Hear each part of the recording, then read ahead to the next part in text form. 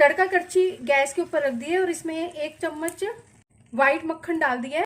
और अब इसमें 1 मिर्च डाल देंगे तोड़ के, 1 छोटा चम्मच जीरा डाल देंगे,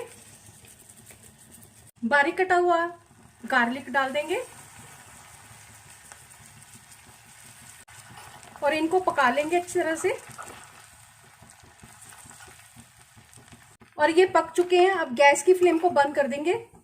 आधा छोटा चम्मच कश्मीरी लाल पाउडर डाल देंगे, अच्छी तरह से मिक्स करेंगे। अब दाल को सर्विंग बाउल में निकालेंगे। थोड़ा सा तड़का बचा के रखा हुआ है उसको डाल देंगे दाल के ऊपर और हरा धनिया भी डाल देंगे।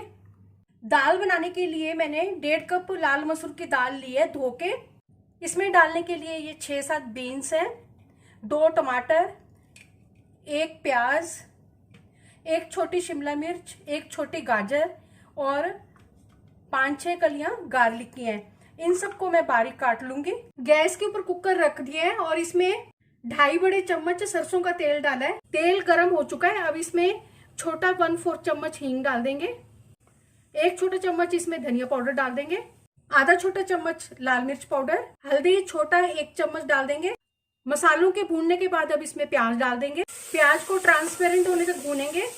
अब इसमें दाल डाल देंगे। दाल के साथ इसमें टमाटर डाल देंगे। थोड़ी देर इनको भून लेंगे। बारीक कटी हुई सब्जियां डाल देंगे। अब इसमें अच्छी तरह से दाल के साथ मिक्स करेंगे इनको। इसमें पानी डाल देंगे। इसमें 3.5 कप पानी के डाले हैं। स्वाद अनुसार नमक डाल देंगे। नमक को अच्छी तरह से मिक्स कर लेंगे। कुकर का ढक्कन लगा देंगे और इसको पकने देंगे। दाल को चेक करते हैं। दाल बन चुकी है। दाल में मैं थोड़ा सा गर्म पानी डालूंगी। टोटल इसमें मैंने 4 कप पानी के डाले हैं। मैं इस दाल को 1 ही विसल में बनाती हूँ कुकर में और ये अच्छी तरह से बन जाती है। रोटी के साथ खानी है, चावल के साथ खानी है, उस हिसाब से इसमें पानी डाल सकते हैं। आधा छोटा चम्मच गरम मसाला डाल देंगे। मिक्स कर देंगे इसको अच्छी तरह से। अगर आप मेरे चैनल पर पहली बार हैं तो इसे सब्सक्राइब कर देना, बेल को प्रेस कर देना, जिससे आपको मेरे आने वाली वीडियो की नोटिफिकेशन मिलेगी।